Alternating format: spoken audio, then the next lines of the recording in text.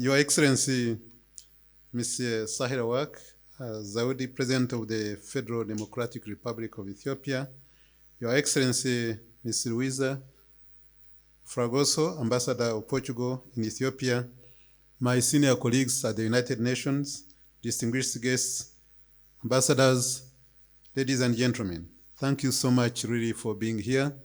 And Honorable Minister of Gender, thank you so much. Good to see that you are here also supporting this very important event.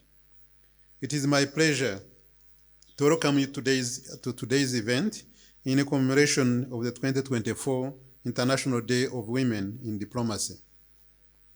This occasion holds special significance as we approach the 25th anniversary of United Nations Security Council Resolution 1325 and the 30th anniversary of the Beijing Declaration, both landmark frameworks that have been instrumental in promoting gender equality and the empowerment of women in peace and security.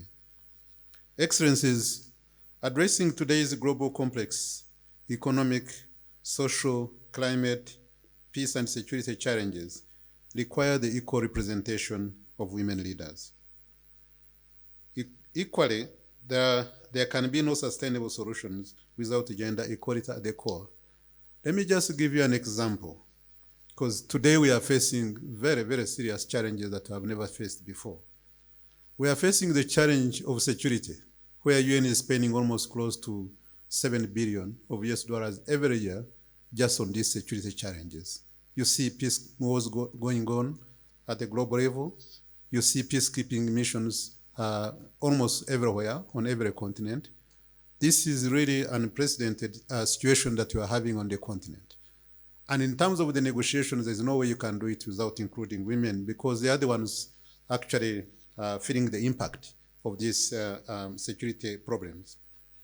The poverty has gone up. It really increased by 50 million people on the African continent after the COVID-19. And currently we have 476 million people who are in poverty. 476 million people according to our data. It is also happening at a situation when we are feeling the pressure of financing. The financing mainly because of the high indebtedness. You know, we had the normal debt, but when COVID hit, every country had to borrow to save lives. It's not borrowing for investment. And the situation has got even worse because the debt has reached a certain level, high level, that from 2010 to 2022, the debt had increased by 182%.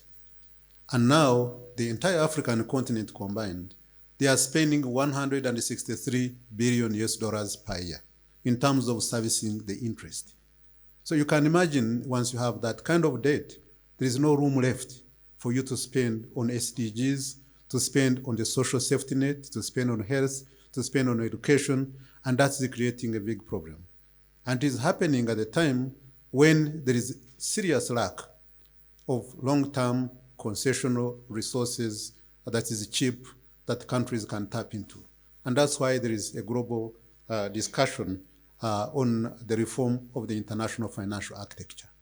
Without this, all the countries, this number of 476 million people on the African continent definitely is going to go up if there is no discussion on this. Climate change is another big issue, which we are all facing. And we are seeing drought that we have never seen. We are seeing floods that we have never seen, and it's cross-cutting. It's not for one country or the other. It's not for Africa or other region. It's for everywhere. Climate, which is costing us approximately 5% of GDP every year on our continent. Last year, even for a country like Mozambique, because of the cyclone, it cost 15% of GDP. This is something extremely serious. And also for the investment in this area, we are talking about energy transition. But for the clean energy, I think Africa is the only one that never received any investment at all, I would say. Because out of the 10 trillion US dollars between 2015 and 2022, Africa received only 2%. And this is something also very serious as far as climate is concerned. On energy, because no matter what we do here, energy is the most important. But out of 733 million people globally that have no access to energy, 80% are in Africa. So this is the situation that we are in, and now we talk about the COP 29. We are going to negotiate. We are going to discuss about security and its impact. We are going to discuss about poverty, debt, the reform of the international financial architecture. We are going to talk about climate. We are going to talk about energy. How can we do it without women? They are the ones who are affected. They are the ones who understand what goes on the ground. They understand what this one affects the families. But if they are not included, it's going to become a very big problem. And that's why in diplomacy, we need women to be heavily engaged. Despite these facts, the reality is that we still have a long way to go on equal representation of women, whether in conflict and peace-building processes, multilateralism, or at political decision-making levels. And when we say decision-making levels, this is very, very important. It all starts in our country at the country level. The executives, it also starts from the parliament that we have in terms of the debate that we take. Let me just give you an example. In 1999, the president of Rwanda posed a question. She says, yes, we have a vision that we are developing for 20 years. We want to reach a middle-income country. How do you expect that only 48% of the population, which are men, are going to drive the economic development to that level? Can you do it without women? He even posed another question. He said, how do you develop a family when you have two mature people and you only want one to fend for the family? And that was a big challenge. It actually led to the reform of the Constitution, where a decision was taken that women need to be included in decision-making. And they gave a minimum of 30%. And also they said, apart from this 30%, when they mentioned that, it also, in the parliament, it went over 64% because of that decision alone. And you could see it everywhere. And then we started reducing the barriers that were preventing women. The women access to inheritance, women access to finance, women access to so many things, equal treatment of women in everything. And this one worked very well to the extent that for a country that was far behind, we started seeing at least the fruits of those kind of decisions that were made. The recent study by the London School of Economics shows that the proportion of female ambassadors in 2023, they were less than 21%. Also, the female ministers, foreign ministers, really who are representing us in major negotiations, they're also less than 25% out of 191 countries that make up of the United Nations. And for the heads of states and government, you can always guess, they were less than 15%. And these are the people whereby really women, in terms of having a say in the decisions, they are not there in any way you look at it. Female participation in peace processes is even less, with women accounting for only 13% of negotiators, 6% of mediators, and 6% of signatories in major peace processes from 1992 to 2019. That's where you could get the data. Despite this, we must commend the progress that has been made, at least to date, in terms of gender equality. In Africa, women have been at the forefront of peacekeeping and political representation, with 33% of women mediators in African-led peace processes. Countries like Ethiopia, Rwanda, and Ghana have significantly contributed to UN peacekeeping missions, with female peacekeepers constituting over 10% of military contingents and nearly 30% of the police units.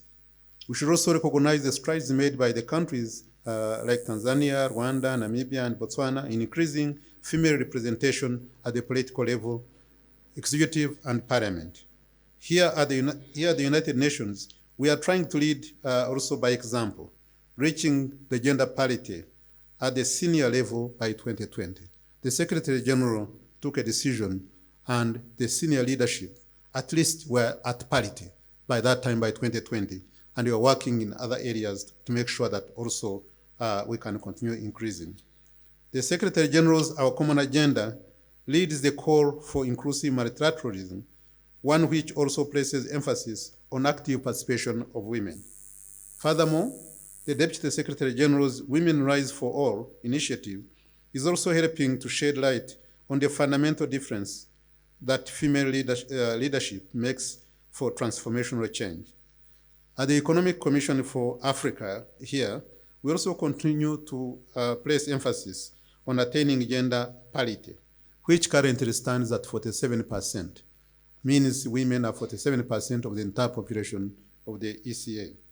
Furthermore, our work on gender and women empowerment has become increasingly focused on enhancing economic opportunities for women to thrive, especially in the small, medium, and micro enterprises. But more still needs to be done. Excellencies, the commemoration of the International Day of Women in Diplomacy is about highlighting the important role of women in the critical space of multilateralism. We simply cannot achieve the Sustainable Development Goals without gender equality. Despite the slow progress, we have everything we need to fully implement Resolution 1325 and do more. The business case is already made. It's now up to us to make the necessary investments that is required to achieve the equality of men and women in peace, security, and diplomacy. I thank you very much for your kind attention.